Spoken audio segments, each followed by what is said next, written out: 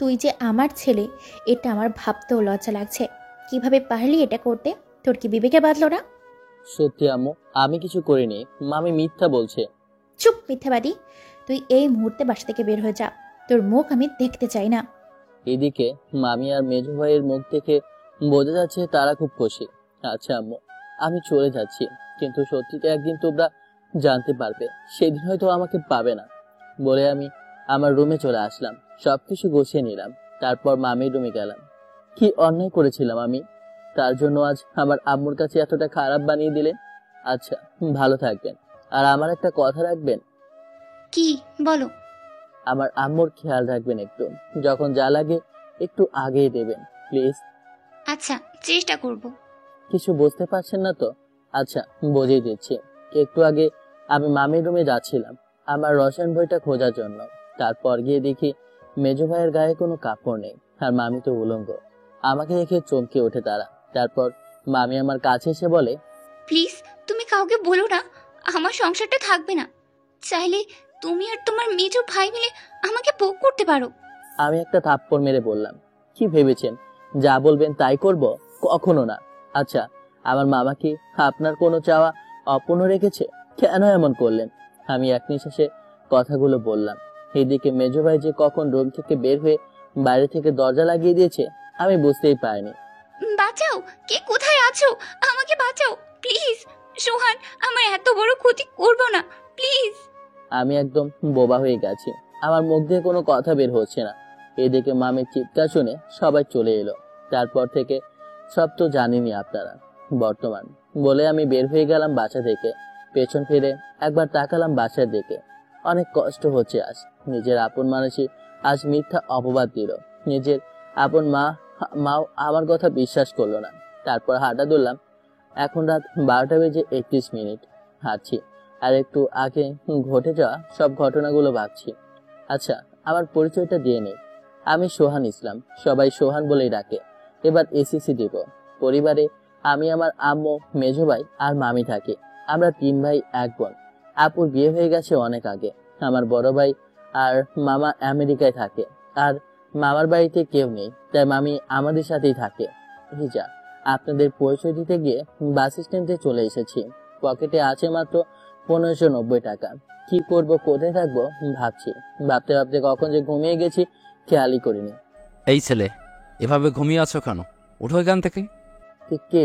জি uncle, উঠছি বলে ঘুম থেকে উঠে পড়লাম। কোথা থেকে যে আসে এসব মানুষ বুঝি না। বলে তিনি দোকান খুললেন। আমি একটা চার দোকানে এসে মুখে পানি দিয়ে 2টা রুটি আর 1 কাপ চা খেলাম। তারপর দোকানদার আঙ্কেলকে বিল দিয়ে চলে আসলাম।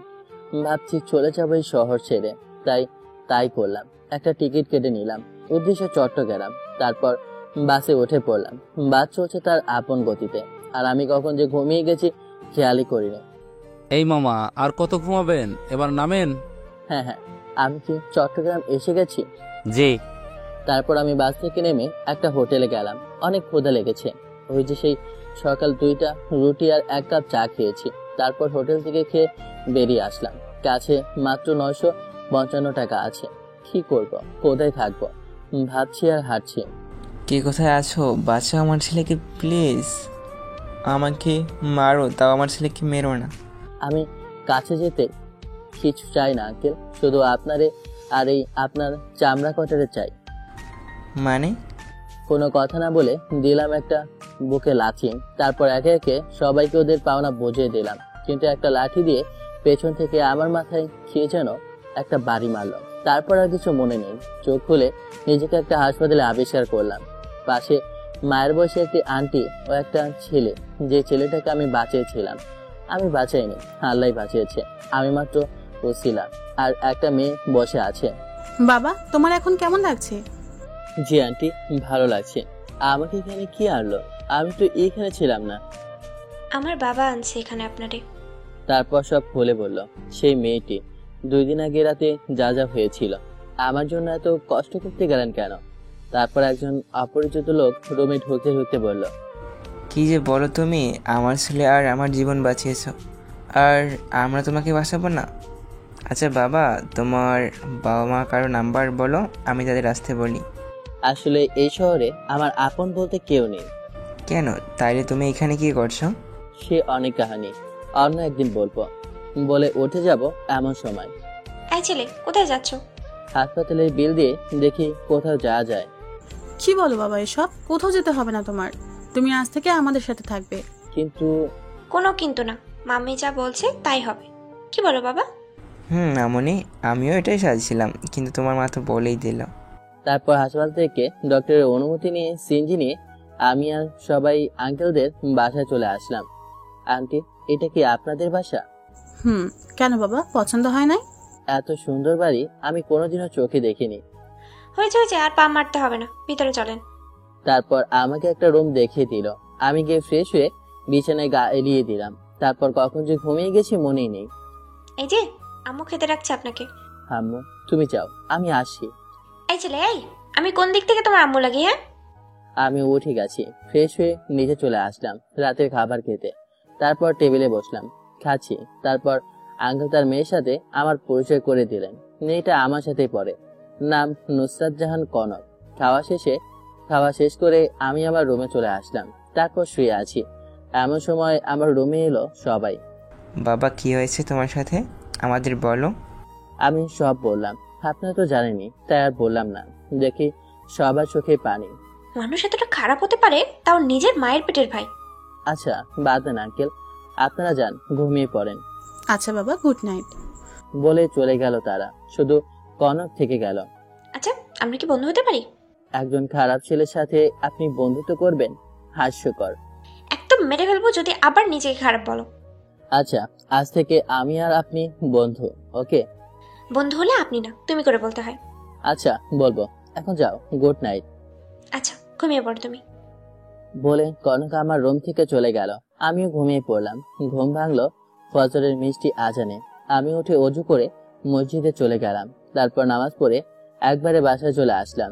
এসে ছাদে গেলাম, এই শহরটা দেখছি। এমন সময় পেছন থেকে কে যেন আমার কাঁধে হাত রেখে বলল, তুমি এখানে কি করছো এত সকালে? আর কখন ঘুম থেকে উঠলে? এই তো নামাজ পড়ে একটু ছাদে আসলাম। তুমি কখন ঘুম থেকে উঠতে? এই তো কিছুক্ষণ আগে। আচ্ছা, তুমি থাকো, আমি কফি বানিয়ে আনছি। আচ্ছা। তাই বলে কনক চলে গেল কফি বানাতে। আর আমি ভাবছি আমার সাথে হয়ে যাওয়া ঘটনাটা। এই ধরো তোমার কফি, ঠান্ডা হয়ে যাচ্ছে তো। ও হ্যাঁ, দাও। বলে আমি কফি খাচ্ছি। আচ্ছা, তোমার পড়াশোনা কেমন হচ্ছে? মোটামুটি চলছে। আচ্ছা শোনো, তোমার বড় ভাই কি তোমাকে বিশ্বাস করবে যে তোমাকে ফাঁসানো হয়েছে? জানি না, কিন্তু সে আমাকে অনেক বিশ্বাস করত। জানি না এখন করবে কিনা। আচ্ছা, নিচে চলো, নাস্তা করতে হবে। চলো। বলে দুজন নিচে চলে আসলাম। দেখি আঙ্কেল চা খাচ্ছে আর খবরের কাগজ পড়ছে, আর আন্টি নাস্তা রেডি করছে। বাবা, তোমার নামটা তো এই জানাই হলো না। জি, আমার নাম সোহান ইসলাম, সবাই সোহান বলেই ডাকে। আচ্ছা সোহান, এখন তুমি নাস্তা করো, কনকের সাথে ওর স্কুলে নিয়ে যাবা, ওকে? সে যদি আমাকে সাথে না নেয় কিভাবে যাব? কনক সিঁড়ি দিয়ে নামতে নামতে বলল। আমি কি তারে বলছি যে আমার সাথে নিব না? আমি তো কনককে দেখে অবাক। কিছু বলবো ভাই, একদম নায়িকা নায়িকা লাগছে। তার থেকেও বেশি বেশি নীল শাড়ি, নীল ব্লাউজ, নীল চড়ি। তার থেকে বেশি ভালো লাগলো আমার তার চুলগুলো, যা লাগছে না। আমি ওর দিকে হা করে তাকিয়ে আছি। এই যে, এত দেখতে হবে না, আমি কোনো পড়ি না যে হাঁ করে তাকিয়ে থাকবে। আমার মেয়ে পরীর থেকেও বেশি সুন্দর, কি বলো শ্যামের আম্মা?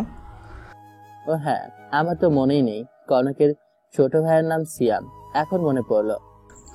আমার মেয়েটা অনেক সুন্দর। আচ্ছা বাদ দাও, আসো খেতে আসো। বলে সবাই খেতে বসলাম। আমি লজ্জার জন্য খেতেও পাচ্ছি না, আবার খোদা জ্বালাও থাকতেও পাচ্ছি না। সোহান, এটা তোমার নিজের বাড়ি ভাবতে পারো, তাই লজ্জা না পেয়ে পেট ভরে খাও। আবার বেশি খেও না, তাহলে পেট ফেটে সব বেরিয়ে আসতে পারে। আমি তো লজ্জায় শেষ, কি করব? খাবার টেবিল থেকে উঠে রুমে চলে আসলাম। শালার আমি আমি বলে বেশি খাই, তোরে একদিন দেখে নেব কনক, কনকের বাচ্চা। কনক আমার রুমে আসতে আসতে বলল। আমাকে বকা হচ্ছে তাই না? বলে আমার পাশে বসে পড়লাম, সাথে নাস্তা নিয়ে আসছে। আমার আর খেতে ইচ্ছে করছে না, নিয়ে যাও তুমি। কি বললি আবার বলতো কুত্তা? বলে আমার মুখের মধ্যে এক টুকরা রুটি দিল। আহ, জীবনে এই প্রথম কোনো মেয়ে আমাকে খাইয়ে দিচ্ছে। খাওয়া শেষ করলাম, তারপর রেডি হয়ে বের হলাম কনকের সাথে। কনক ওদের গাড়ি বের করতে বলল ড্রাইভারকে, কিন্তু আমি নিষেধ করলাম। কনক, আমরা রিক্সা করে যাই। আচ্ছা, বলে একটা রিক্সা ডাক দিল। তারপর রিক্সায় উঠে পড়লাম। এই, এদিকে সরে আসো, পড়ে যাবে তো তুমি। না, ঠিক আছে, সমস্যা নেই, পারবো। আমি বলছি তুমি সরে আসো নাই। না না, এই তো সরে আসি বলে একদম ওর গা ঘেঁষে বসলাম। অনেক ভালো লাগছে। আজ এই প্রথম কোনো মেয়ের সাথে রিক্সায় করে যাচ্ছি। তারপর রিক্সা একটা শপিং মলের কাছে এসে থামলো। নেমে পড়ো। আমাদের তো যাওয়ার কথা তোমার স্কুলে, তো শপিং মলে আনলে যে? এত কিছু বলতে পারবো না, খালি প্রশ্ন করো খালি। মামা, আমার ভাড়াটা দিয়ে দেন, আমি চলে যাই। ও হ্যাঁ আঙ্কেল। বলে ব্যাগ থেকে 500 টাকার একটা নোট বের করে এগিয়ে দিল। ম্যাডাম, আমার কাছে তো খুচরো নেই, আপনি খুচরো টাকা দেন। আরে আপনি সবটাই রেখে দেন, কোনো সমস্যা নেই। ম্যাডাম, আপনার মতো ভালো মানুষ আমি কখনো খুঁজে পাই নাই, যেখানে মানুষ 50 টাকা দিতে গিয়ে গালাগালি করে, আর আপনি 500 টাকা দিলেন। আল্লাহ আপনাদের ভালো করুক। বলে সে চলে গেল। তারপর কনক আমার জন্য 4টা জিন্স প্যান্ট, 4টা টি শার্ট, 4টা শার্ট আর 3টা ট্রাউজার নিল, আর 2টা লুঙ্গি। তারপর মার্কেট থেকে বের হয়ে একটা মোবাইল শোরুমে নিয়ে গেল আর একটা মোবাইল কিনলো। আমি কিন্তু দেখিনি কি ফোন কিনেছে, তাই বলতেও পারলাম না। তারপর বাসায় চলে আসলাম। এসে কলিং বেল দিলাম। আন্টি দরজা খুলে দিল। আন্টি, আঙ্কেল কোথায়? তোমার আঙ্কেল অফিসে গেছে। ও আচ্ছা, বলে রুমে চলে আসলাম। তারপর ফ্রেশ হয়ে একটা ঘুম দিলাম। আমি ঘুমিয়ে দেশে, কিন্তু আমাকে কে যেন একটা ডাক দিল। আমি তো তাকেই অবাক, সেই লোকটা আর কেউ না, তিনি হলেন আঙ্কেল। সোহান, ঘুম থেকে ওঠো, লাঞ্চ করতে হবে তো, উঠে পড়ো বাবা। জি, বলে ওয়াশরুমে চলে গেলাম। ফ্রেশ হয়ে নিচে গিয়ে টেবিলে বসলাম। তারপর কোনো খাবার পেরে দিল, খাচ্ছি আর টুকিটাকি কথা বলছি। আচ্ছা সোহান, তোমার কি কোনো ইচ্ছে আছে? জি আঙ্কেল, আমি পড়াশোনাটা চালিয়ে যেতে চাই আর নিজের পায়ে দাঁড়াতে চাই।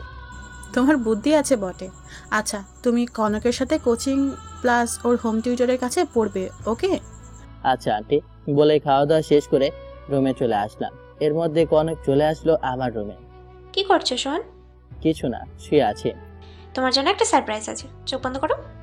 তারপর আমি চোখ বন্ধ করলাম। এবার চোখ খোলো।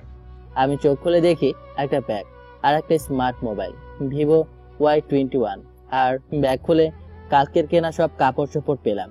তারপর কনক বলল রেডি হতে, বাইরে যাবে। আমিও রেডি হয়ে রুম থেকে বের হলাম। ও মা, দেখি সবাই আমার দিকে তাকিয়ে আছে। কালো পাঞ্জাবি, কালো জিন্স, কালো জুতা, এক কথায় সবাই কালো কালারের। আজ দেখছি ছেলেকে খুব মানানো লাগছে। এই ছেলেটা কি আম্মু? আরে সোহানো, সত্যি আজ ওকে অনেক সুন্দর লাগছে, যে কোনো মেয়ে দেখলে পাগল হয়ে যাবে। আমি পাগল হলেই হবে। কিছু বললে কনক? কই কিছু বলিনি তো। মা, সাবধানে যাবি আর তাড়াতাড়ি চলে আসবি। আন্টির কাছ থেকে বিদায় নিয়ে বের হলাম একটা রিক্সা নিয়ে। তারপর একটা পার্কের সামনে এসে রিক্সা ভাড়া মিটিয়ে একটা বেঞ্চে এসে দুজন বসলাম। কনক, বাদাম খাবে? আচ্ছা থাকো, আমি নিয়ে আসি, বলে আমি চলে গেলাম বাদাম আনতে। তারপর বাদাম কিনে এনে দেখি কিছু ছেলে ওর কাছে গিয়ে ওর এই খারাপ খারাপ প্রস্তাব দিচ্ছে। কথাগুলো এরকম: মামা, মালটা তো সেই, আজ সারারাত খেতে পারবো। ওর ফিগারটা দেখছিস, একদম টাটকা, বয়ফ্রেন্ড বানিয়ে দিছে মনে হয়। মামা, মালটা একদম খাসা বলছে আর ওর গায়ে হাত দেওয়ার চেষ্টা করছে। আমার তো মাথায় রক্ত উঠে গেল। আমি ওদের কাছে গিয়ে, ভাই তোমরা কি ওকে একা একা খাবে? আমারও একটু সুযোগ দাও। কনক আমার আশা দেখে একটু ভয় কম পেল। আমার কথা শুনে সে সব আশা ছেড়ে দিল। এই শালা, কেরে তুই? আর এই মালটারে আমরা 3 জন খাবো, অন্য কাউকে খেতে দেব না। এবার আর আমি রাগ সামলাতে পারলাম না, দিলাম ওর নাকে একটা খুশি। সাথে সাথে নাক দিয়ে রক্ত গলগল করে বের হয়ে গেল। অন্য একজনের বুকে দিলাম এক লাথি, সাথে সাথে 3 জনই দিল এক দৌড়। তারপর কনক নিয়ে বাসায় চলে আসি। আসার সময় ওর জন্য আরো ছোট ভাইয়ের জন্য কিছু ফুচকা আর চকলেট নিয়ে আসি। কনক ওর রুমে কান্না করতে করতে চলে গেল, আর আমি ওর পিছু পিছু গেলাম। তারপর কনক এমন একটা কাজ করলো, আমার সত্যি অনেক রাগ হলো। কাজটি হলো, আমি দরজা ধরেছিলাম আর ওই দিক থেকে দরজা বন্ধ করে দেয়। যার কারণে আমি হাতে অনেকটাই ব্যথা পাই। এক পর্যায়ে একটু জোরে চিৎকার দিয়ে উঠি। ফলে আন্টি চলে আসে আমার কাছে। এসে দেখে আমি বসে হাতের ব্যথায় ছটফট করছি। বাবা এই মাত্র বাহিরে থেকে আসলে, আর কি হয়ে গেল একমাত্র রে? বলে কান্না করতে থাকে। আমি আন্টিকে বলি, আমার তেমন কিছু হয়নি, আগে আপনি কনককে সামলান, বলে কনকের দরজাটা ধাক্কাতে লাগলাম। কনক, দরজা খোলো, নয়তো কিন্তু দরজা ভেঙে ফেলবো, প্লিজ তুমি দরজা খোলো প্লিজ, বলে আমি এক পর্যায়ে দরজা ভেঙে ভেতরে প্রবেশ করলাম। আমি দেখে তো অবাক, কনক আত্মহত্যা করতে চাচ্ছিল, কিন্তু সময় বুঝে দরজাটা ভেঙে ফেলি, যার কারণে ও আর সাহস পায় না আত্মহত্যা করার। আমি ওর কাছে গিয়ে গালে বসিয়ে দিলাম 2টা চড়, তারপর আমার রুমে নিয়ে গেলাম ওরে। তোমার এত বড় সাহস কীভাবে হলো কনক? কেন করতে চাইছিলে এই পাপ কাজ? কনক এবার কান্না করে দিল, তারপর ফুপিয়ে ফুপিয়ে বলতে লাগলো, আমরা একটা পার্কে বসেছিলাম, কি মনে হলো বাদাম খেতে ইচ্ছে হলো, তারপর সোহানরে বললাম বাদাম আনতে, সে বাদাম আনতে গিয়েছিল, আর ওই ফাঁকে আমাকে ওরা টিজ করে আর অনেক খারাপ ভাষায় গালাগালি করে, যার কারণে আমি আত্মহত্যা করতে চেয়েছিলাম। বলে ফোপাতে লাগলো কনক। মোটেও তুমি এখনো বুদ্ধিমান হয়ে ওঠোনি, বুঝলে? সোহানের দিকে একটু খেয়াল করে দেখো, কত বড় একটা মিথ্যা অপবাদ মাথায় নিয়ে ঘুরে বেড়াচ্ছে, কিন্তু ও কি তোমার মতো এই পাপ কাজ করতে গেছে? তোমার আম্মু কি বলেছে, উত্তর দাও। আর হবে না এমন ভুল বাবা, এবারের মতো মাফ করে দাও। বলে কান্না করতে লাগলো। আন্টি, যা হয়েছে বাদ দেন তো, আমার অনেক ক্ষুধা লেগেছে, চলেন ডিনার করে নেই, এমন পেটুক আমি আগে দেখিনি। বলে দৌড়ে ওয়াশরুমে চলে গেল। পেটুক পেটুক তাই না, পরে দেখে নেব, বলে নিচে চলে গেলাম। তারপর একটা চেয়ার আগে নিয়ে বসে পড়লাম। আজ আমার পছন্দের খাবার রান্না হয়েছে, বিরিয়ানি আর ঝাল ঝাল কষা গরুর মাংস, আরো অনেক কিছুই রান্না হয়েছে, কিন্তু আমি ওই 2টাই খাচ্ছি। কি টেস্ট, খাচ্ছি আর বলছি। লেখক একটু খেতে ভালোবাসে। কনক নিচে নামতে নামতে বলল, আমাকে একা রেখে খাওয়া শুরু করে দিলে? একটু বেশি ক্ষুধা লেগেছিল তাই। তারপর আন্টি কনকের প্লেটে খাবার বেড়ে দিল, সবাই খাচ্ছে আর গল্প করছে। আঙ্কেল, আপনার অফিস কেমন চলছে? আলহামদুলিল্লাহ, অনেক ভালো চলছে বাবা। তা তোমার এখানে ভালো লাগছে তো, নাকি মন খারাপ লাগছে? আমার সত্যি অনেক ভালো লাগছে এখানে, কিন্তু আমার মনের মধ্যে যে কি হচ্ছে আমি জানি। শুধু আজ কতদিন মা বলে ডাকতে পারে না, মায়ের হাতে রান্নাও খায় না। ভাবতে ভাবতে দুপুরটা চোখ থেকে নোনা জল বেরিয়ে গেল। বাবা, কান্না করছো কেন? না আন্টি, কিছু না, চোখে কি যেন পড়েছে, তাই বানি বের হয়ে গেছে। বলেই খাওয়া শেষ করে আমার রুমে চলে আসলাম। একটা লুঙ্গি আর একটা টি শার্ট পরে নিলাম, তারপর কনকের দেওয়া ফোনটা হাতে নিলাম, তারপর শুয়ে পড়লাম। অনেকদিন ফেসবুকে যায় না, আজ আইডিটা লগ ইন করলাম। ও মা, 300+ এসএমএস গুলো এমন ছিল, ভাই আপনি আর গল্প দেন না কেন, অনেক মিস করি আপনারে। আবার আমার কিছু কাছের মানুষও খোঁজ জানতে চাইল। তারপর আমার চোখ আটকে যায় একটা এসএমএস এর দিকে, যা দেখে আমার চোখ কপালে উঠে যায়, কারণ এসএমএসটা ছিল আমার মেজো ভাইয়ের। কেমন আছিস? আমারে মাফ করে দিস রে, অনেক বড় অন্যায় করে ফেলেছি আমি তোর সাথে। আর একটা সত্যি কথা কি জানিস, আমি একদিন আমার রুমে বসে টিভি দেখতেছিলাম, আর মামি তখন আমার রুমে এসে আমার কোলে বসে পড়ে, তারপর ওই খারাপ প্রস্তাব দেয় আমি যদি ওটা তার সাথে না করি তাহলে সে এখন চিল্লাচিল্লি করে আমাকে ফাঁসিয়ে দিবে। তাই আমি বাধ্য হয়ে তার সাথে ওই নোংরা কাজ করতাম। আর মেন কথা, মামির তো বাচ্চা হয় না, তার কারণে সে আমার কাছে আসতো। আমি তোর কাছে অনেক বেশি অন্যায় করে ফেলেছি, পারলে আমারে মাফ করে দিস ভাই। আল্লাহ হাফেজ, আর কোনো কিছু লাগলে বলিস। আমি এসএমএসটা দেখে সত্যি খারাপ লাগলো, তার কোনো কিছু না ভেবে ঘুমানোর প্রস্তুতি নিলাম। ঘুমিয়ে গেলাম। রাত 3:35। এত রাতে আমার ফোনে কে ফোন দিল, আর এটা তো নতুন নাম্বার, কে পেল এই নাম্বারটা? বলেই কলটা কেটে দিলাম, কিন্তু আবার কল দিল, আবার কেটে দিলাম। সাধারণত আমি কোনো অপরিচিত নাম্বারের কল রিসিভ করি না, তাই বারবার কেটে দিচ্ছিলাম। আবার কল দিল, কিন্তু এবার রিসিভ করলাম, করেই রাগে কণ্ঠে, এই আপনার বিবেক বলতে কি কিছুই নেই? বারবার কল কেটে দিচ্ছি, তাও কেন বিরক্ত করছেন? হ্যাঁ, আর এত রাতে কেন ফোন দিচ্ছেন? জানেন না এখন মানুষ ঘুমায়? একটু ছাদে আসবে প্লিজ? কে? কনক? প্লিজ আসো।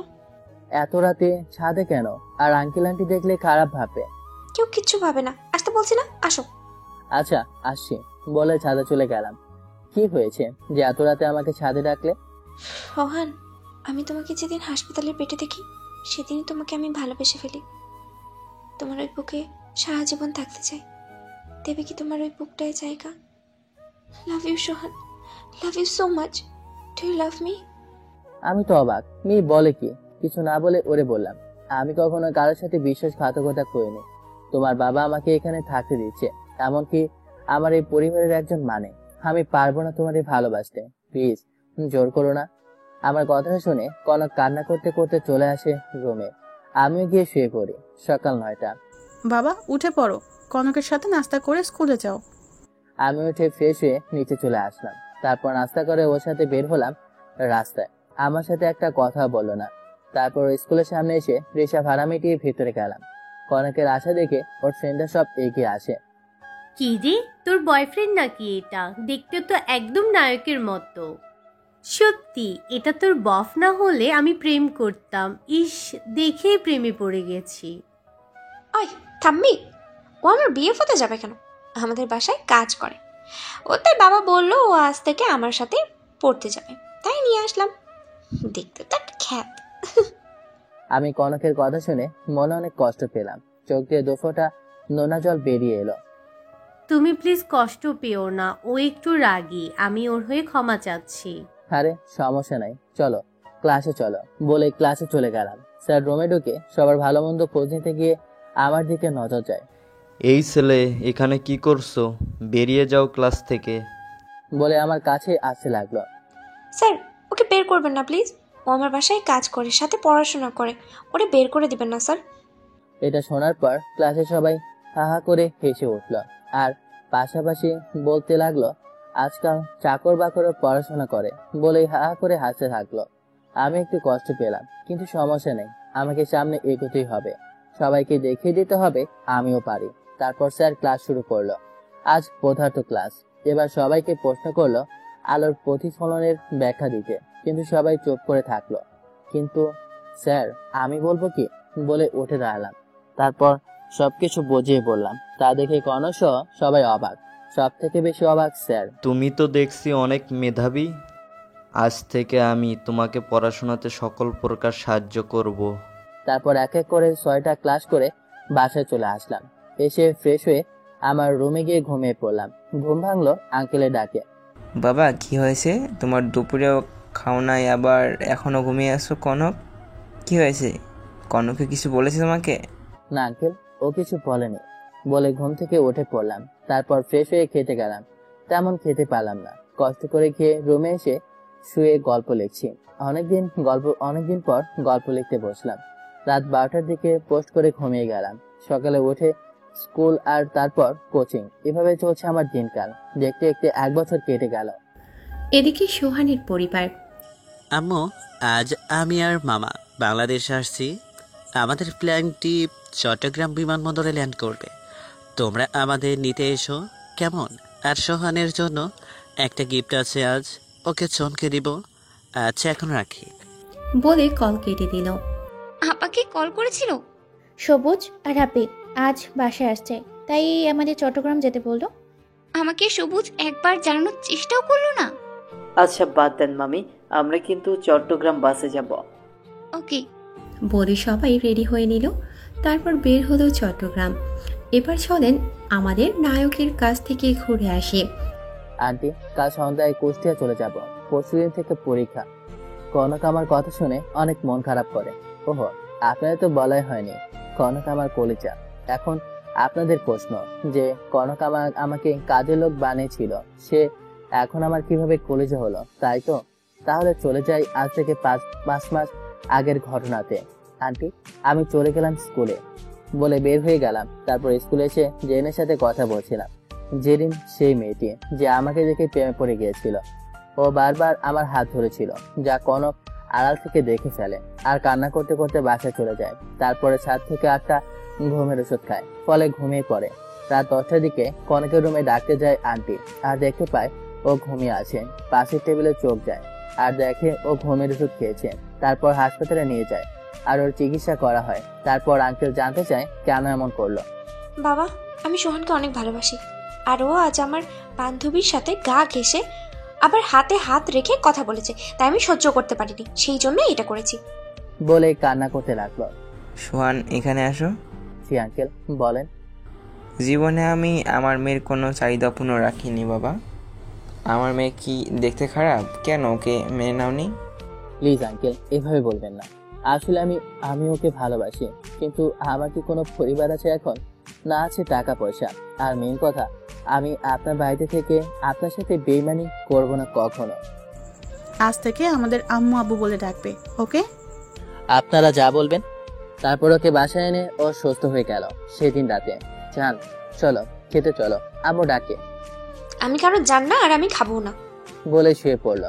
আমি টেবিল থেকে এক প্লেট খাবার এনে, এই যে মহারানী, এবার উঠে খেয়ে আমাকে উদ্ধার করেন। তারপর ওকে খাইয়ে দিলাম, আমিও খেয়ে নিলাম। তারপর ঘুমিয়ে গেলাম। রাত 3টায় আমি ওকে ছাদে রেখে আমিও সামনে আটকেরে বসে একটা কালো গোলাপ নিয়ে, তুমি কি আমার বাবুর আম্মু হবে? হবে কি আমার রাত জেগে গল্প করার শেখ? হবে কি আমার সেই মানুষটি যার জন্য এতদিন অপেক্ষা করেছিলাম? Love you Kanak, love you so much, do you love me? Kanak আমার হাত থেকে ফুলটা নিয়ে আমাকে জড়িয়ে ধরে বলল, লাভ ইউ টু শোন, অনেক অনেক ভালোবাসি এই পাগলটারে। বলে আমার ঠোঁটের সাথে ঠোঁট মিলিয়ে দিল। 5 মিনিট পর ছেড়ে দিল। আমাকে কি মেরে ফেলার প্ল্যান করেছো? এটা ভালোবাসা। বলে আমার বুকে মুখ ঢোকালো।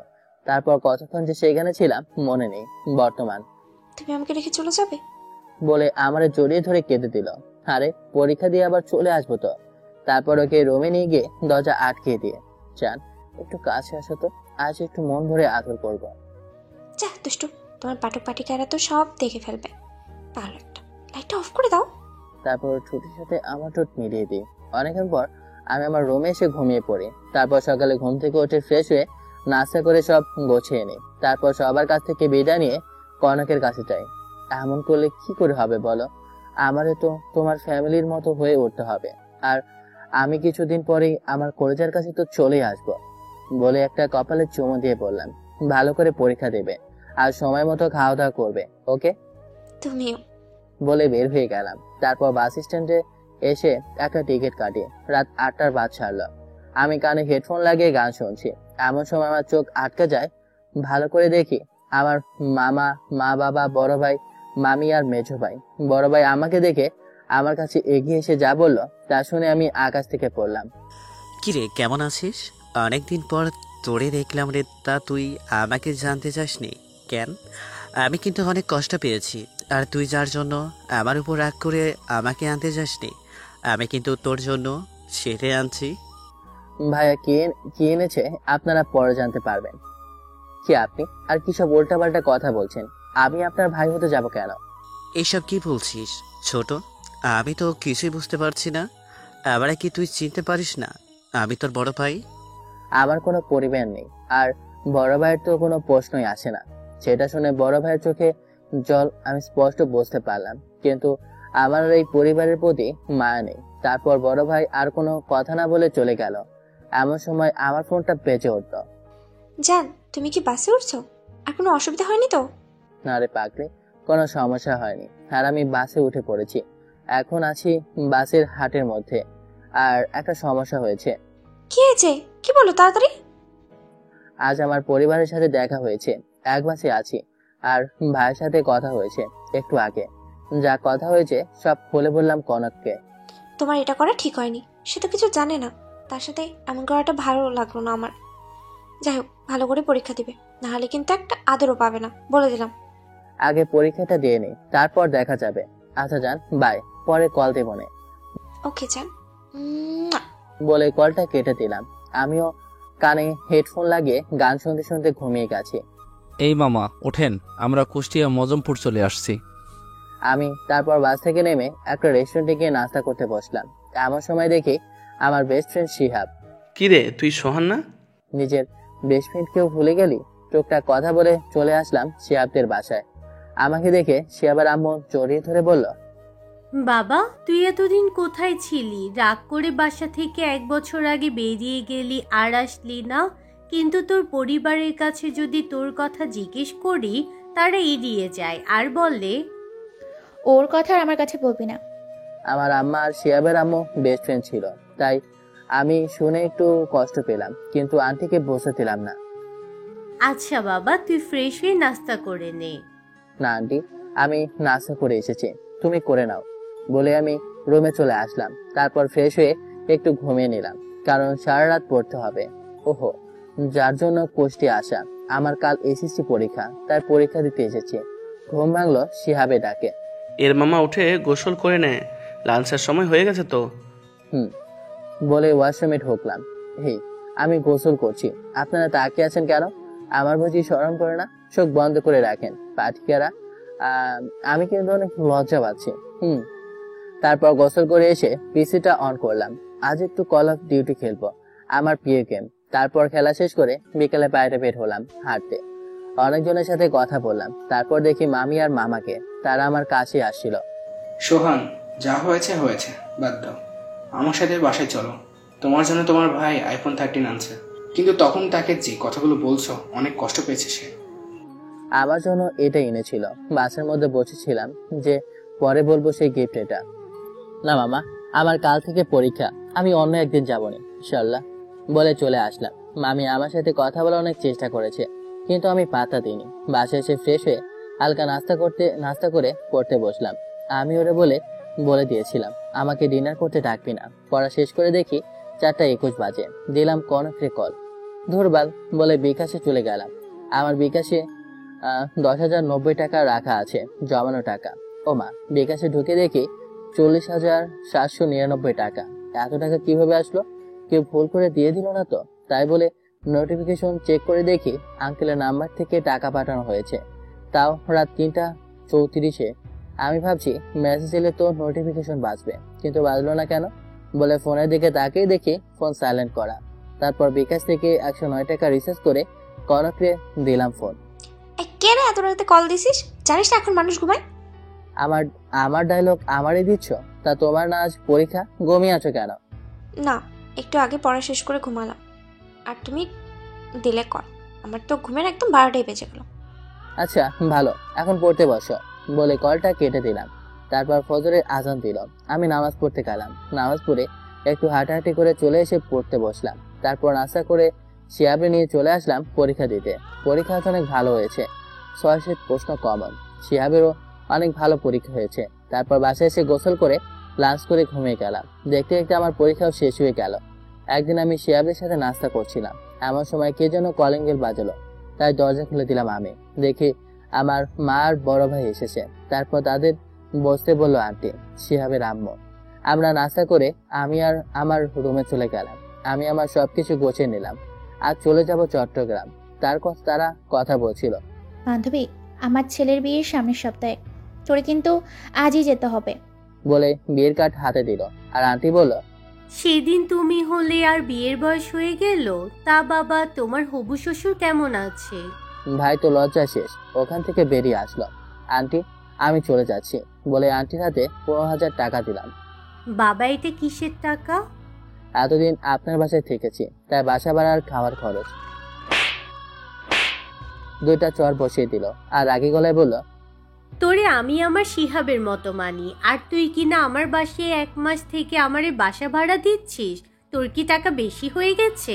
বলে কান্না করতে লাগলো। আমার মা তো এটা দেখে স্ট্যাচু হয়ে গেছে। আর কোনো কথা না বলে বেরিয়ে আসা যাব এমন সময় আন্টি ডাক দিল, আর 10 দিন থাকবি, না হলে আমার থেকে খারাপ কেউ হবে না, এই আমি বলে দিলাম। হ্যাঁ। আমি আর না করতে পারলাম না, আমার রুমে চলে গেলাম। তারপর সবকিছু রেখে শুয়ে পড়লাম। 5 দিন পর। মামা রেডি হয়ে নে, আজ বিয়ে খেতে যাব। আহা, কত যে সুন্দর সুন্দর মাল দেখতে পারবো বলে হাসিতে ভেঙে পড়ল। তোর বোনটা না সত্যি অনেক হট, একদম 1 নাম্বার মাল। শিহাব রেগে বলল, আমার বোনরে তুই মাল বললি? আমি এটা মানতে পারলাম না। ওখানে যত মেয়ে আসবে তাদেরও তোর মতো ভাই আছে, তারা কি তাদের বোনকে মাল বলে? দোস্ত, আমি বুঝতে পারি নাই, বাদ দে, আর বলবো না কোনোদিন। চল এখন বিয়ে খেতে। কার বিয়ে রে, বলি না তো। সেটা পরে জানতে পারবি, আগে চল। বলে চলে আসলাম। এসে আমি তো অবাক, কারণ কি রে, হাঁ করে কি তাকিয়ে দেখিস? চল ভেতরে চল। যখনই ভিতরে ঢুকতে গেলাম তখন মায়ের কথা মনে পড়ে গেল। তাই বললাম, শিহাব তুই যা রে, আমি যাবো না এই বাসায়, ইচ্ছে করছে না যেতে। তাইলে আমিও যাব না বলে ও বাসার দিকে যেতে লাগলো। ওর অভিমান দেখে আর রাগ করে থাকতে পারলাম না। বললাম, বাসায় যাওয়া লাগবে না, চল ভেতরে। বলে আমাদের বাসায় প্রবেশ করলাম। অনেকদিন পর আমাদের বাসায় ঢুকলাম। তারপর সোজা ভাইয়ের রুমে চলে গেলাম। আসসালামু আলাইকুম ভাইয়া, ভেতরে আসবো কি? ওয়ালাইকুম আসসালাম। আসো। কেমন আছো? অনেক ভালো। তুই? আল্লাহ যেভাবে রেখেছে ওইভাবে আছি। কিন্তু তুই বাসা থেকে চলে গেলি কেন? আম্মু সামনে একটু মারছিল বলে? এমনি বলে আমার রুমে চলে আসলাম। আমার রুমটা কেমন অগোছালো হয়ে আছে, তাই পরিষ্কার করে ওয়াশরুমে গেলাম। এমন সময় কনক ফোন দেয়, আর তখন আমার রুমের পাশ দিয়ে শিহাব যেতে চেয়েছিল। আসসালামু আলাইকুম, কে বলছেন? ওয়ালাইকুম আসসালাম জান, আমার চিনতে পারো নাই? আমি কনক, আজ নতুন এই সিমটা লাগাইলাম। সরি, আমি সোহান না, আমি ওর বন্ধু। শোন কোথায় গেছে? ওর কিছু হয় নাই তো? বলে কান্না করে দিল। মেয়েটা আমার একটু বেশি ভালোবাসে। আমি ওয়াশরুম থেকে বের হয়ে, কে রে ফোন দিয়েছে? যাই না, দেখ তো, তোর খোঁজ করছে। হ্যালো, কে বলছে? কুত্তা, আমি তোর বউ বলছি। আমারে চিনতে পারিসনি? তুই খালি একবার আমার কাছে আয়, তারপর তোর কি করি দেখ। আরে, আমার বউ দেখি রাগ করতে জানে। আসলে আমি তোমার নাম্বার খেয়াল করিনি জান, আর হবে না এমন। আবার যদি হয় না, তোর খবর খারাপ করে ছাড়বো, এই বলে দিলাম আমি। আমার বউটা এখন কি করে? বসে আছি জান, তুমি কি করো? আমিও বসে আছি। লাঞ্চ করছো? না, তুমি? আগে গিয়ে খেয়ে নাও, না হলে তোর সাথে কথা নাই। বলে কলটা কেটে দিলাম। এমন সময় আমার রুমে আমাকে ডাকতে আসলো একটা মানুষ, যা দেখে আমি অবাক হয়ে যাই। তিনি হলেন আমার মা। কেমন আছো সোহান? ভালো, আপনি কেমন আছেন? ভালো নাই, কিন্তু তুমি এই বাসা থেকে চলে গেলে অনেক ভালো থাকবো। আমি চাই না কোনো বাজে ছেলে আমার ছেলের বিয়েতে যেয়ে আমার কোনো মেয়ের সর্বনাশ করুক। আমি তোমার হাত জোর করে বলছি, তুমি বাসা থেকে চলে যাও প্লিজ। আচ্ছা, আমি চলে যাচ্ছি, সমস্যা নাই, কিন্তু আমি আমার পরিবারকে ভালো রাখতে চাই। আমি যেমনই থাকি না কেন, আমার পরিবার ভালো থাকলে আমিও ভালো থাকবো। বলে আমার হাতে একটা গিফটের প্যাকেট ধরিয়ে দিলাম আর বললাম, এটা ভাবির জন্য। তারপর অনেক কষ্টে সেখান থেকে চলে আসলাম। এসে আমি একটা বাসের টিকিট কেটে নিলাম। তারপর রাতে ডিনার করে বাসে উঠে পড়লাম। সকাল 8টায় কনকদের বাসার সামনে এসে কলিং বেলে চাপ দিলাম। কনক এসে দরজা খুলে দিল আর আমাকে দেখে জড়িয়ে ধরে কান্না করে দিল আর বলতে লাগলো, আমার জানটার মুখ শুকিয়ে গেছে, একদম মনে হয় খাওয়া দাওয়া করে নাই দেখি। বলে টেবিল থেকে নাস্তা নিয়ে আসলো। আমি ততক্ষণে রুমে চলে গেলাম। তারপর সব খুলে একটা হাফ প্যান্ট আর একটা গেঞ্জি পরে ফ্রেশ হয়ে আসলাম। তারপর কনক আমাকে খাইয়ে দিতে লাগলো। রুটি আর গরুর মাংসের ঝোল আমার মুখে তুলে দিচ্ছিল, আর আমি ওর হাতে কামড় দিচ্ছিলাম। এই দুষ্টু, কামড় দাও কেন? ভালো লাগে তো। আমার বউরে যা ইচ্ছা তাই করবে, তোমার কি? তবে রে, দাঁড়া, তোর খাওয়া শেষ হোক, তারপর আমি দেখছি কি করতে পারি। দরজা লাগিয়ে দিয়ে, ভেতরে আসবো কনক? পারমিশন নিয়ে আসতে হবে নাকি মাম্মা? স্বামীর জন্য দরদ উতলে পড়ছে, আম্মুর সামনেও খাইয়ে দিতে হয়? না মা, একটু বেশি ক্ষুধা লেগেছে তাই আর কি। খাও তাহলে। বাবা, কেমন আছো তুমি? আর পরীক্ষা কেমন হলো তোমার? মা, ভালো হয়েছে, আর আমি আলহামদুলিল্লাহ ভালো আছি। আপনি কেমন আছেন? ভালো আছি বাবা। তা তোমরা থাকো, আমি যাই, রান্না করতে হবে। বলে আন্টি চলে গেল। আমারও খাওয়া দাওয়া শেষ। আমি বিছানায় শুয়ে পড়লাম। কনকও চলে আসলো আর দরজা বন্ধ করে দিয়ে আমার কাছে চলে আসলো। এবার দেখ আমি কি করি। বলে আমারও ঠোঁট এক করে নিয়ে চুষতে লাগলো। তারপর 5 মিনিট পর ছেড়ে দিল। আমাকে মেরে ফেলবে নাকি? হ্যাঁ, বলে আমি ওকে জড়িয়ে ধরলাম। তারপর ঘুমিয়ে গেলাম। এভাবে চলতে লাগলো আমাদের দিনকাল। দেখতে দেখতে আমাদের পরীক্ষার রেজাল্টের দিন চলে আসলো। আজ রেজাল্ট দেবে। কি যে হবে বলেছিল আর আল্লাহ আল্লাহ করছিল। তারপর রেজাল্ট দেখলাম কনকও A+ পেয়েছে। ওকে বলতেই আমাকে জড়িয়ে ধরলো আর বলল, তোমারটা কিন্তু পেলাম না। এবার আমারটা বের করলাম। ও মা, আমি ফেল কেন? অনেক ভালো করে তো পরীক্ষা দিচ্ছিলাম। এমনি চোখে জল চলে এলো। এমন সময় কনক বলল, আরেক গাধা, তোর বোর্ড যশোর। তারপর মনে পড়লো আমার তো বোর্ড যশোর। আসলে চট্টগ্রাম থাকতে থাকতে সব চট্টগ্রামই লাগে। আমার রেজাল্টও পেয়েছি, আমি গোল্ডেন A+ পেয়েছি। কনক শুনে আমার যে কত কিছু দিল বলার বাহিরে। তারপর আঙ্কেলকে ফোন দিলাম, আর আঙ্কেল শুনে অনেক খুশি হয় আর বাসায় চলে আসে। সবাইকে মিষ্টিমুখ করিয়ে তারপর বাসায় চলে আসি। তারপর রাতে খেয়ে ঘুমিয়ে যাই। কলেজে ভর্তির জন্য আবেদন করেছি। রাজশাহী সরকারি কলেজে চান্সও পেয়েছি। তাই আজ আমি আর কনক চলে যাচ্ছি রাজশাহী। তারপরে সে একটা বাসা ভাড়া নিলাম, ওখান থেকে একসাথে কলেজে যাই। এভাবে চলছে দিনকাল। দেখতে দেখতে SSC শেষ হয়ে গেল। এবার আবার জাতীয় বিশ্ববিদ্যালয়ে আবেদন করেছি, আর আলহামদুলিল্লাহ দুজনে চান্সও পেয়েছি। তারপর মাস্টার শেষ করলাম, আলহামদুলিল্লাহ। এখন আমি একটা চাকরি করি, মাসে বেতন তেমন পাই না, মাত্র 90,000 টাকা।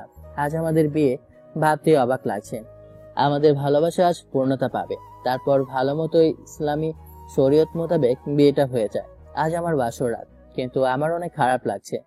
আজ আম্মুর কথা খুব মনে পড়ছে, কিন্তু নিয়তি যে এখানে এনেছে আমাকে, আমার এসে সালাম করলো।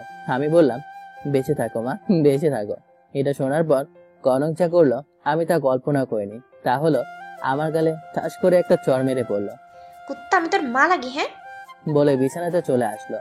আমি ওর পিছু পিছু গেলাম। এই যে ম্যাডাম আসে, 2 রাকাত নফল নামাজ পড়ে নেই। নামাজের কথা শুনে কনক না করতে পারলো না। দুজন চলে গেলাম ওয়াশরুমে। অজু করে এসে নামাজ পড়ে আমি বিছানায় শুয়ে পড়লাম।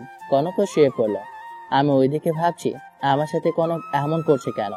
কনককে পেছন থেকে জড়িয়ে ধরলাম, দেখি এবার আমার দিকে ঘুরলো। তারপর আমি ওকে বললাম, আমি জানি আমার বউটা আমার উপর রাগ করে থাকতে পারবে না, বলে একটা ভালোবাসার পরশেকে দিলাম। তুমি আমাকে সবসময় রাগো কেন? তোমাকে রাগাতে আমার ভালো লাগে, তাই বলে বউরে একটা কিস দিলাম। ও বউ, এবারের মতো আমাকে মাফ করো, আর কোনোদিনও বলবো না। আচ্ছা, এবারের মতো মাফ করে দিলাম। এরপর থেকে যদি বলতে দেখি আমার থেকে খারাপ কেউ আর হবে না, এই বলে দিলাম। বলে আমার বুকে এসে কান্না করে দিল। আরে বাগদি, কান্না করে নাকি কেউ এভাবে? জানো, আজ আমার অনেক খারাপ লাগছে। আজ একটা ফুলের কারণে আমি আমার পরিবারের কাছে খারাপ। আমার জানকে আমি কষ্ট পেতে দিব না। আমি আমার ভালোবাসা দিয়ে সব ভুলে দেব। আচ্ছা জান, আমাকে একটা জিনিস দিবে? একটা না রে, 1000টা দিব। বল কি লাগবে? আমি তোমার বাবুর আম্মু হতে চাই। বলে আমার বুকে মুখ লোকালো। ও এই ব্যাপার, আচ্ছা এটা কাল হবে, আজ ছাদে চলো। বলে ওকে কোলে তুলে নিলাম। তারপর ছাদে চলে আসলাম। এসে ওর কোলে মাথা দিয়ে শুয়ে আছি। আমি আরো আমার মাথায় হাত বুলিয়ে দিচ্ছে, আরো জীবনের সুখ দুঃখের সব কথা বলল। তারপর আমরা ছাদ থেকে রুমে চলে আসি। তারপর ফ্রেশ হয়ে একটা হাফ প্যান্ট আর একটা গেঞ্জি পরি। আর কনক ওয়াশরুম থেকে বের হয়ে আসে। ও একটা গেঞ্জি আর প্লাজো পরেছে। তারপর আর কি টি20 খেলা করতে হলো। ও আমার কাছে এসে আমাকে জড়িয়ে ধরে আমার সরাসরি কিস করতে থাকে। আমিও পাগল হয়ে গেছি। তারপর আমি আর নিজেকে কন্ট্রোল করতে পারলাম না। এই আপনারা জানতো, এখন আমরা আমাদের কাজ করছি, এসব দেখতে হয় না, পাপ হয়, জান জান ভাগেন। তারপর আমার ঘুম ভাঙলো কনকের ডাকে। এই যান, উঠে পড়ো, আজান দিচ্ছে, গোসল করে নামাজ পড়ে এসো। তারপর আমি গোসল করে নামাজ পড়তে চলে গেলাম। নামাজ পড়ে একটু হাঁটাহাঁটি করে বাসায় চলে আসি। তারপর রুমে গেলাম। কি ব্যাপার, কনককে দেখছি না কেন, কই গেল বলে ওরে ডাকতে লাগলাম। এই কনক, কই তুমি? কনক রান্নাঘর থেকে বলল, এই তো রান্নাঘরে। আমি ওর কাছে গেলাম। আমি তো হা হয়ে গেছি। যে মেয়ে নিজে পর্যন্ত হাতে করে খায় না, সে আজ রান্নাঘরে, ভাবতেই অবাক লাগে। কিন্তু অনেক ঘেমে আছে। আমি পেছন থেকে যে ওকে জড়িয়ে ধরে আছি, আর ও রান্না করছে। এমন সময় আমার শাশুড়ি চলে আসে। আমি তো লজ্জায় শেষ। আমি দৌড়ে আমার রুমে চলে গেলাম। কনক নাস্তার জন্য ডাকতে আসলে নাস্তা রুমে আনতে বলি। তারপর আমার নাস্তা খাই দিয়ে কনক নাস্তা খেয়ে নিল। কনক রেডি হয় না, আজ আমরা কুষ্টিয়া যাব। তাই নাকি? আচ্ছা। উফ বলে সব প্যাকিং করে নিল আমারগুলো। আসলে বিয়ের জন্য 15 দিন ছুটি পেয়েছি, তাই একটু ঘুরতে যাব। আজ কত বছর যায় না। ওই যে মা বলেছিল আমি থাকতে তার ছেলের বিয়েতে সমস্যা হবে, ওই দিনই আসি। আর যাওয়া হয়নি। ওসব ভাবতে ভাবতে কখন যে চোখ দিয়ে পানি পড়া শুরু করে দিয়েছে আমি বুঝতেই পারিনি। ও আপনাদের তো বলাই হয়নি, আমি একটা বাসা বানিয়েছি 3 তলা বিশিষ্ট একটা বাসা। ওটা কুষ্টিয়াতেই, কিন্তু কনক জানে না। তারপর সব রেডি করে আম্মু আব্বুর থেকে বিদায় নিয়ে চলে আসি। এসে 2টা টিকিট কেটে বাসে উঠে পড়ি।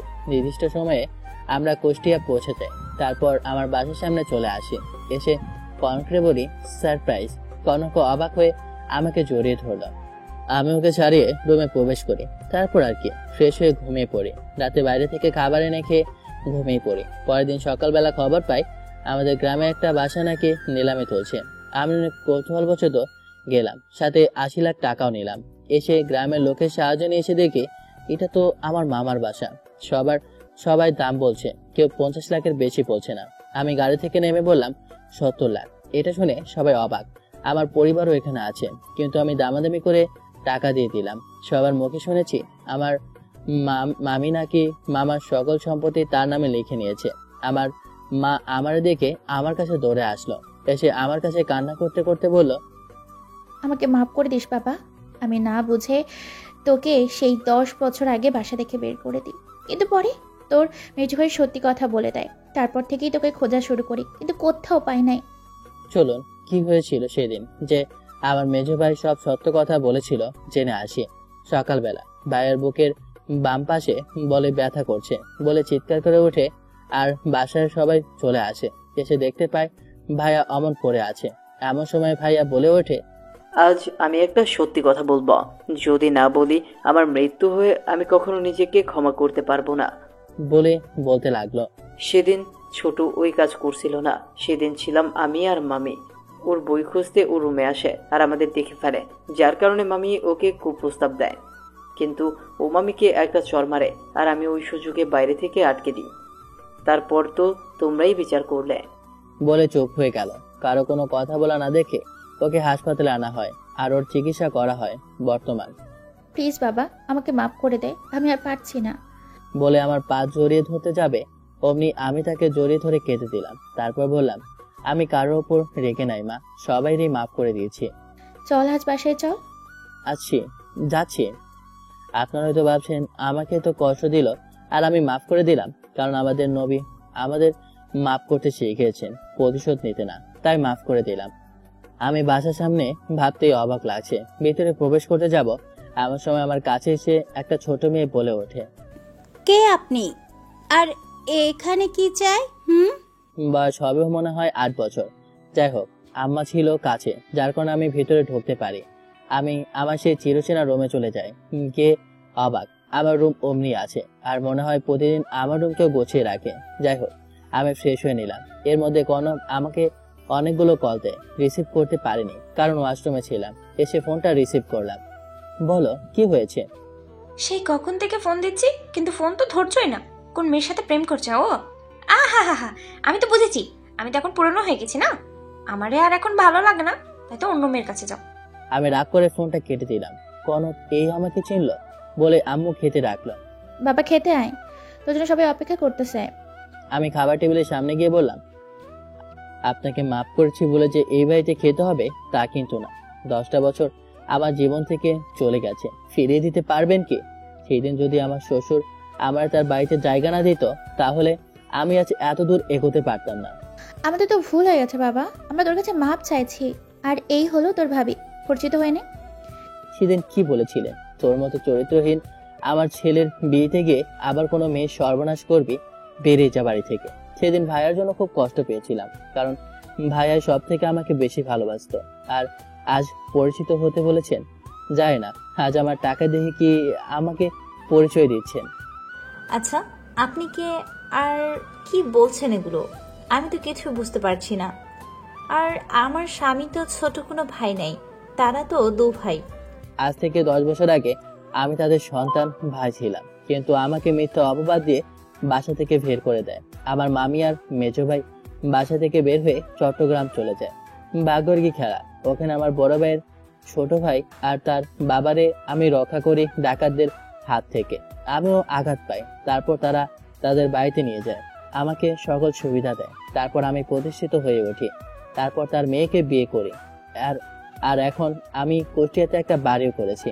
আজ কি না আমার ব্যাংক ব্যালেন্স, টাকা পয়সা, গাড়ি বাড়ি সব আছে, কিন্তু আমার অতীতটা যে অনেক ভয়াবহ। বলছিলাম আর কান্না করছিলাম। এমন সময় বড় ভাই মেজো ভাইকে হাসপাতাল থেকে নিয়ে আসে। এখন মোটামুটি ভালো মেজো ভাই। আমাকে দেখে এসে পা ধরে মাপ চাইল।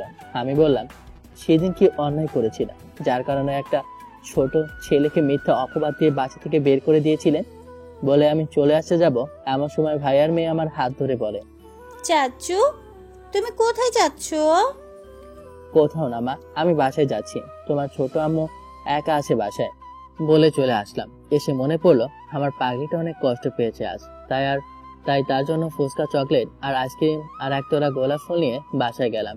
দরজা খুলে দিল। আমিও অবাক, ওর চোখ একদম লাল হয়ে আছে, নিশ্চয়ই কান্না করেছে। আমি গিয়ে ফ্রেশ হয়ে খেতে গেলাম। আজকেও খায় দিল না। আমি খেয়ে রুমে যে দেখি কনক যেন কার সাথে কথা বলছে, আমাকে দেখে কেটে দিল। আমি কিন্তু সন্দেহ করি নাই, যদিও কাউকে ভালোবাসেন তারা তাকে বিশ্বাস করুন, কিন্তু যদি সে সেটার মর্যাদা না দিতে পারে একদিন তারও শাস্তি হবে। আমি কনককে যেগুলো এনেছিলাম সব দিলাম, গোলাপটা বাদে। ও বলল, এসব আমার লাগবে না, যেই মেয়ের কাছে ছিলে তার কাছে যাও। আমি কি তোর? আমি তো এখন পুরনো, আমাকে তো এখন আর ভালো লাগবে না। আমি ওকে পেছন থেকে জোরে ধরে বললাম, কে বলেছে আমার বউ পুরাতন? সে সব সময় আমার কাছে নতুন। তাহলে ওই মেয়ের সাথে গেলি কেন? আমাকে কোনোদিন কিছু কম আছে? এবার ওর গালে একটা ঠাস করে চড় মেরে দিলাম। বারবার খালি মেয়ের কথা বলছো। ওই, তুমি কি দেখেছো? আর আমি আজ আমার বাড়ি গিয়েছিলাম, যা যা হয়েছে সব বললাম। আমার ভুল হয়ে গেছে জান, আমি বুঝতে পারিনি। বলে আমার পাটা জড়িয়ে ধরলো। আমি ওকে বুকে টেনে নিলাম। আরে পাগলি, তোমার জায়গা আমার পায়ে না, আমার বুকে। তারপর শুয়ে পড়লাম। অপেক্ষা করছি কখন রাত 12টা বাজবে। আমি আর ও সামনাসামনি শুয়ে আছি। আমি ওর গালে হাত বুলিয়ে বললাম, অনেক জোরেই লেগেছে, তাই না জান? তোমার সাথে কথা নেই, আর আমার কাছে আসবে না বলে দিলাম আমি। তাহলে কার কাছে যাব? আমার বউ ছাড়া যে আর কেউ নেই। পাম মারতে হবে না, আমার কাছে আসবে না। কে শোনে কার কথা? আমার ঠোঁটের সাথে করে নিলাম। 10 মিনিট পর ছেড়ে দিলাম। কনক হাঁপাচ্ছে। আমিও তারপর কনককে কোলে করে সাথে নিয়ে গেলাম। কনকের কোলে মাথা দিয়ে শুয়ে আছি, আর আমার মাথায় হাত বুলিয়ে দিচ্ছে। খুব ভালো লাগছিল। আমি এবার উঠে পড়লাম। কি হলো তোমার, হঠাৎ করে উঠে পড়লে যে? আমি দৌড়ে রুমে চলে আসলাম, আর ফুলটা নিয়ে আবার ছাদে চলে আসলাম। এসে ওরে দিলাম ফুলগুলো। কারণ কি জানেন? আমি ওকে প্রপোজ করতে পারতাম, কিন্তু করলাম না। শুধু ওর কানের কাছে মুখ করে বললাম, চলো রুমে চলো, আমি বাবুর আব্বু হব। তারপর কনক আর আমি রুমে চলে আসি, আর ডুবে যাই ভালোবাসার সাগরে। সকালবেলা আমার ঘুম ভেঙে যায়। দেখি কনক ওয়াশরুম থেকে বের হচ্ছে, শরীর ভেজা। আমি আর থাকতে পারলাম না, গিয়ে জড়িয়ে ধরলাম। এই সাত সকালে কি শুরু করলে? সারা রাত ঘুমাতে দাও না, আবার এখন শুরু করছো? এমন সময় আমার ফোনটা বেজে ওঠে। আমি রিসিভ করতে ওপাশ থেকে যা বলে তা শুনে আমার পা থেকে মাটি সরে যায়। কথাটা হলো, আমার মা নাকি হাসপাতালে, তার নাকি প্রেশার বেড়ে গেছে, অনেক খারাপ অবস্থা। আমি শুনে দৌড়ে চলে যাই হসপিটালে। গিয়ে সোজা আম্মুর কেবিনে চলে যায়, কিন্তু আম্মু এখন ঘুমিয়ে আছে। আমি পাশেই বসে আছি, আমার পাশে পরিবারের সবাই আছে, মামি ছাড়া। এমন সময় কনক চলে আসে আমার কাছে। এসে আমারে বলে, আম্মুর কি এখনো জ্ঞান ফেরে নাই? না, তুমি এখানে বসো। আচ্ছা। আমার চোখ দিয়ে অচরে পানি ঝরে যাচ্ছে। তারপর দুপুর 3টায় মার জ্ঞান ফিরল।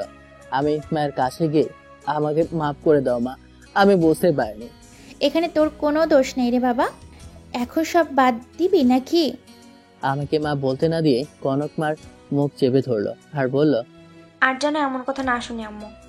এই মেয়েটা কে রে বাবা? ওটা আপনার ছোট বৌমা। আমি লজ্জায় শেষ। আমারে না জানিয়ে বিয়ে করে নিলি? আমি মানতে পারলাম না, কিন্তু যা হবার তা তো হয়ে গেছে। কিন্তু তোদের আবার বিয়ে হবে। সবাই এবার বলে উঠলো। এমন সময় বড় ভাই আর মেজো ভাই বলে উঠলো, আমাদের সাথে কি আর কথা বলবি না? আমি দৌড়ে গিয়ে তাদের জড়িয়ে ধরলাম আর কান্না করে দিলাম। তারপর আম্মুকে নিয়ে বাসায় চলে আসলাম। আমরাও আমাদের বাসায় চলে আসলাম। তারপরের দিন সবকিছু আমাদের বাড়িতে নিয়ে গেলাম, আসবাবপত্র সহ প্রয়োজনীয় সবাই মিলে সব ঠিক করে সন্ধ্যা হয়ে গেল। এবার সবাই রাতের খাবার খেয়ে নিলাম, যেহেতু দুপুরে খাওয়া হয়নি। তারপর সবাই ড্রয়িং রুমে বসে কথা বলছে। তা কনক, তোমার বাবা মা কেমন আছে? ফোন দিয়েছো কি? জি ভাইয়া, ভালো আছে, কিন্তু ফোন দিই নাই। এখনই ফোনটা দাও ফার্স্ট। আচ্ছা আম্মু। বলেই কনক ফোন দিল। আর আমার বসে থাকতে ভালো লাগছে না, তাই আমার রুমে চলে আসলাম। আজ অনেক বছর গেম খেলা হয় না। পিসিটা অন করলাম, মনের ইচ্ছায় গেম খেলছি। এদিকে কনক ফোন দিল তার বাবার কাছে। তারপর আম্মু ফোনটা নিয়ে নিল। কিরে মা, কেমন আছিস? আসসালামু আলাইকুম বিয়ার সাহেব, কেমন আছেন? ওয়ালাইকুম আসসালাম। জি আলহামদুলিল্লাহ ভালো আছি। কিন্তু আপনি? আমি সোহানের আম্মু। কিন্তু এসব কি হলো? ওরে তো বাড়ি থেকে বের করে দিয়েছিলাম, কিন্তু এখন? যাই হোক, সব ভুলে যান ভাই। আমি কনক আর সোহানের আবার বিয়ে দিতে চাই। আপনি কি বলছেন? আরে এটা তো অনেক ভালো প্রস্তাব। আচ্ছা, সামনে শুক্রবার ওদের বিয়ে দিব, কি বলেন? আচ্ছা বিয়াই, তা আমার বিয়ান কেমন আছে? জি ভালো আছে। আমার মা কেমন আছে? কনক ভালো আছে? তাহলে সব ঠিকঠাক করি। আর কনকরে আমি কাল আনতে যাবনি। আচ্ছা ভাই। বলে কল কেটে দেয়। আর কনক আমার রুমে চলে আসে, দেখে আমি গেম খেলছি, আমার কোলে এসে বসে। জান, আমি কাল চলে যাব। কেন আর কোথায় যাবে? তারপর কনক সব বুঝিয়ে বলে। এটা শুনে সোহান কান্না করে দেয়, কারণ এক মুহূর্ত ও কনককে ছাড়াও ভাবতে পারে না। জান, 7 দিনই তো, তারপর তো আমি সারা জীবন তোমার কাছে থাকবো। কিন্তু? কোনো কিন্তু নয়। আর 1 সপ্তাহ আমার কাছে পাবে না। আজকে সারা রাত যা ইচ্ছে করো। তারপর সোহান কনককে কোলে করে বিছানায় নিয়ে যায় আর ইচ্ছে মতো কিস করতে থাকে। কনকের নিঃশ্বাস গরম হয়ে যায়। তারপর সোহান কনকের কাপড় খুলে ফেলে। কনকের নাভি আজ খুব আকর্ষণীয় লাগছে। ইচ্ছে মতো কিস করে সোহান। তারপর যা হবার তাই হয়। তারপর দুজন দুজনকে জড়িয়ে ধরে ঘুমিয়ে যায়। সকালে সোহানের ঘুম ভাঙল কনকের ডাকে। তারপর সোহান গোসল করে নামাজ পড়ে বাইরে হাঁটাহাঁটি করে চলে আসে। তারপর নাস্তা করে ঘুমিয়ে পড়ে। ঘুম ভাঙল ভাবির ডাকে। এই যে সাহেব, ওঠো, কিছু কথা আছে তোমার সাথে। আমি উঠে পড়লাম। ভাবি, আপনি আমার রুমে? আমি। আচ্ছা ভাবি, কি হয়েছিল যে মামা সব সম্পত্তি মামি নিজের নামে লিখে নিল? এমন সময় ভাবি যা বলল, আমার মাথা ফুল গরম হয়ে গেল। কারণ মামি নাকি টাকার জন্য মামারে মানুষের সামনে জুতা দিয়ে পিটিয়েছিল। আচ্ছা ভাবি, সে এখন কোথায় আছে? আলমডাঙ্গা, তার বাপের বাড়িতে। একটা বুদ্ধি বের করো, যেটা দিয়ে আবার সব সম্পত্তি ফিরিয়ে আনা যাবে। আচ্ছা, আমি আজ রাতে ভাববনি। এখন যাও, গোসল করে নাও, লাঞ্চ করতে হবে।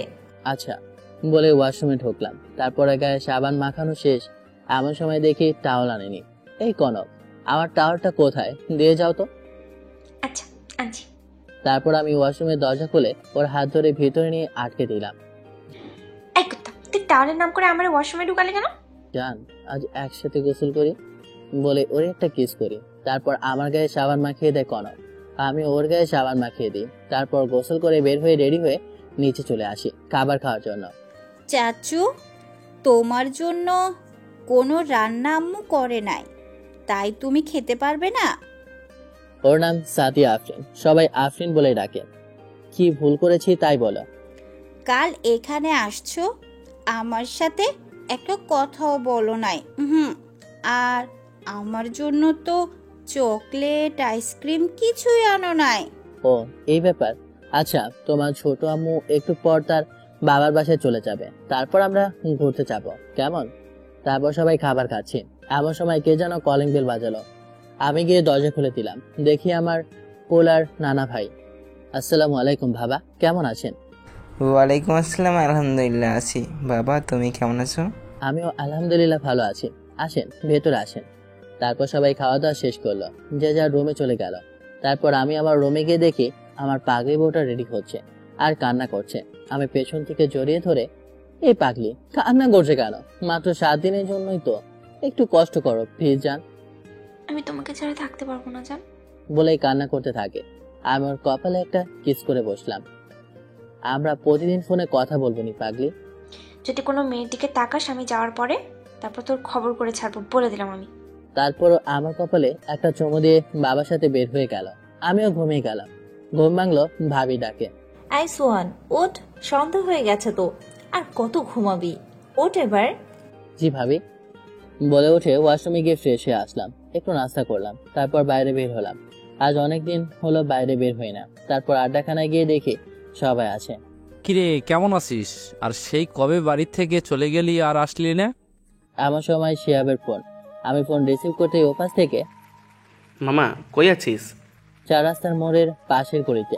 থাক, আমি আসছি বলে কলটা কেটে দিল। আমি একটা দোকানে বসলাম। মামা একটা চা দেন তো বলে একটা কলা আর রুটি খেতে লাগলাম। তারপর খাওয়া শেষ করে দেখি শিহাব। মামা, খুশির খবর আছে। কি হয়েছে? রাফির সাথে আমার প্রেম হয়ে গেছে মামা। তাই নাকি? তাহলে ট্রিট দে। আচ্ছা চল বলে রেস্টুরেন্টে চলে আসলাম। তারপর মনের মতো অর্ডার দিয়ে খেলাম। তারপর বিল পে করে বাসা চলে আসলাম। এসে দরজা খুলে দিল একজন। আমি তো দেখে অবাক। সে হলো আমার আপু, নাম কাকুলি আক্তার রিয়া। আসসালামু আলাইকুম আপু, কেমন আছো? ওয়ালাইকুম আসসালাম বলে রুমে চলে গেলাম। আমি ভাবছি রাগ করেছে হয়তো। তারপর আমার রুমে গিয়ে ফ্রেশ হয়ে ঘুমানোর প্রস্তুতি নিলাম। কখন যে ঘুমিয়ে গেছি খেয়ালই নেই। এদিকে কনক আর তার বাবা একটা রিক্সা করে বাস স্ট্যান্ডে আসছিল। এমন রিক্সায় উঠেছে সে চলাতেই পারছে না। এটা দেখে সামাদ সাহেব, কনকের বাবার নাম, একটু রাগ হলো আর বলল, রিক্সা চালাতে পারো না তো চালাতে যাও কেন? স্যার, আমার যে চালাতেই হবে। কনক একটু অবাক হলো আর সন্দেহ করলো, আচ্ছা, আপনার পরিবারে কে কে আছে? নয়তো খাবো কি? ছেলেটার কথা বলার স্টাইল দেখে সামাদ সাহেব বলে, আচ্ছা তোমার কেউ নেই? ম্যাম, আমার এই দুনিয়ায় আপন বলতে কেউ নাই। ছোটবেলা থেকে বাপ মাকে দেখি নাই। বলে ছেলেটা কান্না করে দিল। এতক্ষণে তার বাস স্ট্যান্ডে চলে এসেছে, ভাড়া দিতে যাবে। এমন সময় সামাদ সাহেবের চোখ আটকে যায় নাইমের গলার নিচে। এই একটা কিসের দাগ তোমার গলার নিচে? জি স্যার, ওটা আমার জন্মদাগ। কেন? অমনি নাইমকে জড়িয়ে ধরে চিৎকার করে বলতে থাকে, বাবা তুই কোথায় ছিলি এতদিন? তোরে আমি অনেক খুঁজেছি কিন্তু পাইনি, আমাকে মাফ করে দিস। কনক আর নাইম তো দেখে অবাক, কি হচ্ছে এগুলো? বাবা তোমার না একটা ছেলে নেই, তাহলে এটি কে? এসব পরে হবে বাবা, তুই চল আমাদের সাথে। আমি যেতে পারবো না, আর আমি যে আপনার ছেলে তার প্রমাণ কি? প্রমাণ লাগবে? তাহলে তোর জামাটা খোল, দেখ ওখানে একটা দাগ আছে, ছোটবেলায় কেটে গেছিল। নাইম জামা খুলে ফেলল আর কনককে বলল, দেখ সত্যি সত্যি তার পিঠে একটা দাগ। তারপর আর বুঝতে বাকি রইল না। আচ্ছা আমি যাচ্ছি, কিন্তু দাদুর এগুলো কে দেখবে? তারপর একজন পরিচিত লোককে বলে তার উপর সব দায়িত্ব দিয়ে আর নাইমের সকল সার্টিফিকেট সহ মাস্টার্সের বইগুলো নিয়ে তারা বাসে উঠে পড়ে। সঠিক সময় তারা পৌঁছে যায় চট্টগ্রাম। তারপর রিক্সা করে তাদের বাসায় চলে আসে। বাসায় সামনে এসে বলে, ম্যাডাম এটা আপনাদের বাসা? জি। তারপর কলিং বেল বাজালো। কনকের খালামুনি দরজা খুলে দিল। কনক, এই ছেলেটা কি? আর এখানে যে? আমার ভাইয়া এটা। তারপর নাইমের রুম দেখিয়ে দেওয়া হলো আর সে ফ্রেশ হয়ে নিচে চলে এলো। সবাই রাতের খাবার খাচ্ছে। বুঝলে কনক, তোমার ছোট ভাই তোমার আপন ভাই না। নীলে চলে যাওয়ার পর তুই ছিলে অনেক ছোট। তারপর একদিন তোমার ছোট ভাইকে নিয়ে আসি, সেটা তোমার খালার জন্য। সবাই তারপর নাইমের সাথে কথা বলল। তারপর নাইমের মায়ের কাছে গিয়ে, ওয়ালাইকুম আসসালাম, কেমন আছেন আন্টি? ওয়ালাইকুম আসসালাম। কে তোর আন্টি?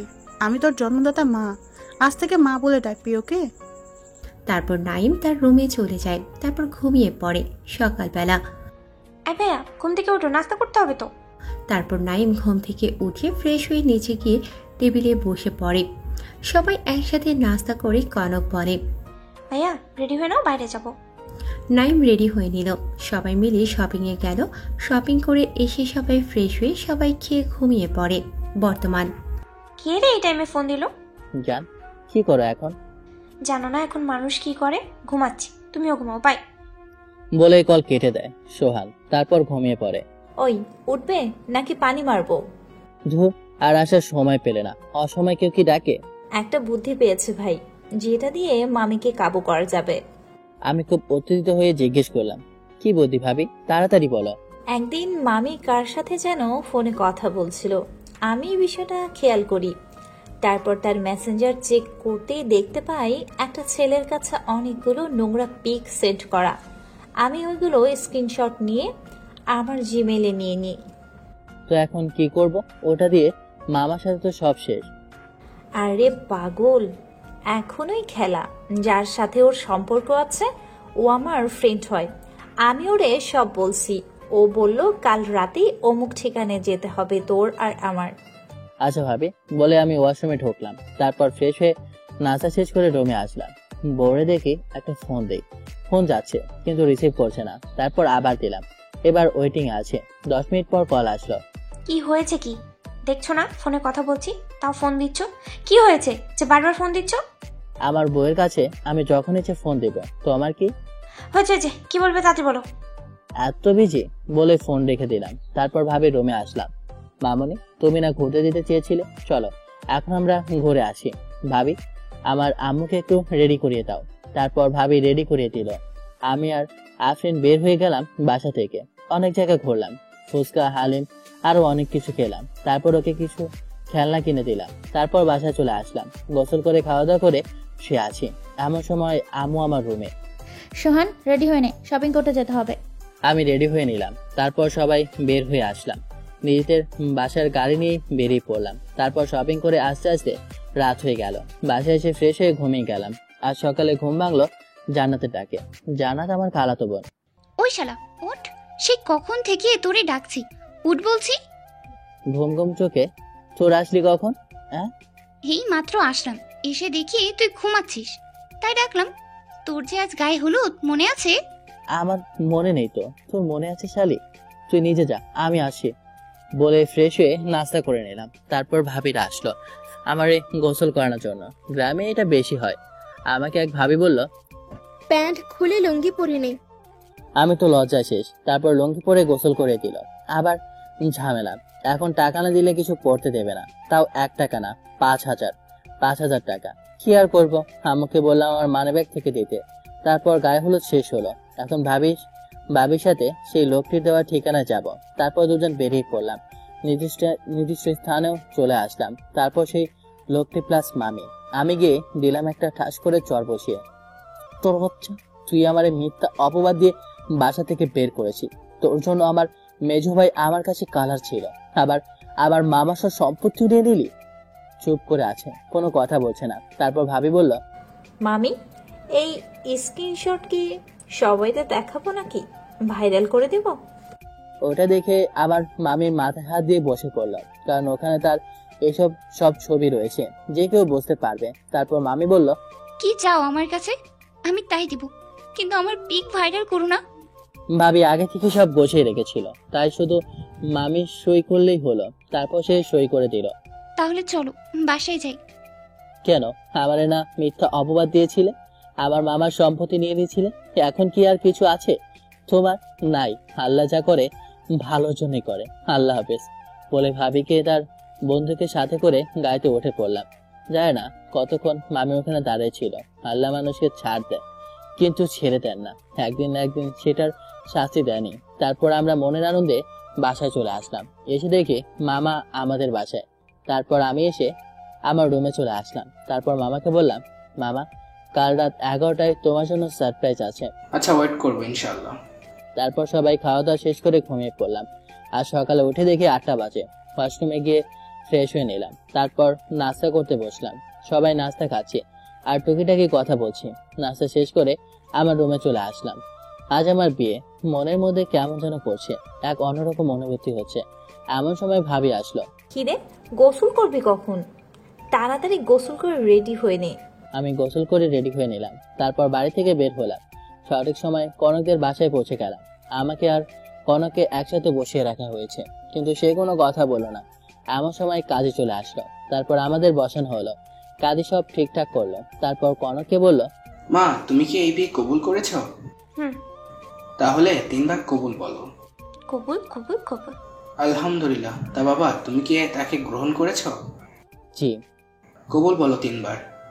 তারপর মনোজাত করে এবার খাওয়া দাওয়ার পালা। আমাদের একটা স্টেজে বসানো হলো। আমাদের পাশে আমার মামা, বড় ভাই, মেজো ভাই, শিহাব আর সুমন বসলো। একটা প্লেটে অনেক খাবার সাজানো। একটু খেয়াল করলাম এটা কিসের মাথা। শিহাব বলল, খাসির। আমার তো এবার রাগ হয়ে গেল। আমি বললাম, তুমি জানো না আমি খাসি খাই না, তারপরও কেন নিলে? তারপর আমার আলাদা একটা প্লেট দেওয়া হয়। তারপর খাওয়া শেষ করে এবার বিদায়ের পালা। সোহান, তুই আমার মেয়েটাকে কষ্ট দিও না প্লিজ। বাবা, আপনি কোনো চিন্তা করবেন না বলে বের হয়ে পড়লাম। এই সেমডি, আমার লগে তোর কি হয়েছে রে? কথা বলছিস না যে? কি হবে, এমনি কথা বলছি না। তাহলে তোমার কি? আমি কে তোমার যে তোমার সাথে কথা বলবো? তুই আমার বিয়ে করাবো বুঝেছিস? বলে আর কিছু বললাম না। কনক আর কোনো কথা বললো না। আমাদের বাসা চলে আসতাম। আস্তে আস্তে রাত 8টা বেজে গেল। তারপর সবাই আমাদের জন্য অনেক দোয়া করলো। কনককে আমার রুমে নিয়ে গেল আর আমি গেলাম ভাবির রুমে। ভাবি, মামাকে আজ 11টায় ছাদে ডেকে নিয়ে যাবে, আমি ওখানেই থাকবো বলে আমার রুমে ঢুকে যাব।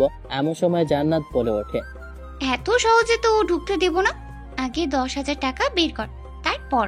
বোন প্লিজ, আমার কাছে 7,000 টাকা আছে, তুই এটাই রাখ বলে ওর সাথে টাকাটা দিয়ে রুমে গিয়ে ওয়াশরুমে ঢুকে সব খুলে একটা প্যান্ট আর গেঞ্জি পরলাম। তারপর সকল দলিল নিয়ে সাদা চলে গেলাম।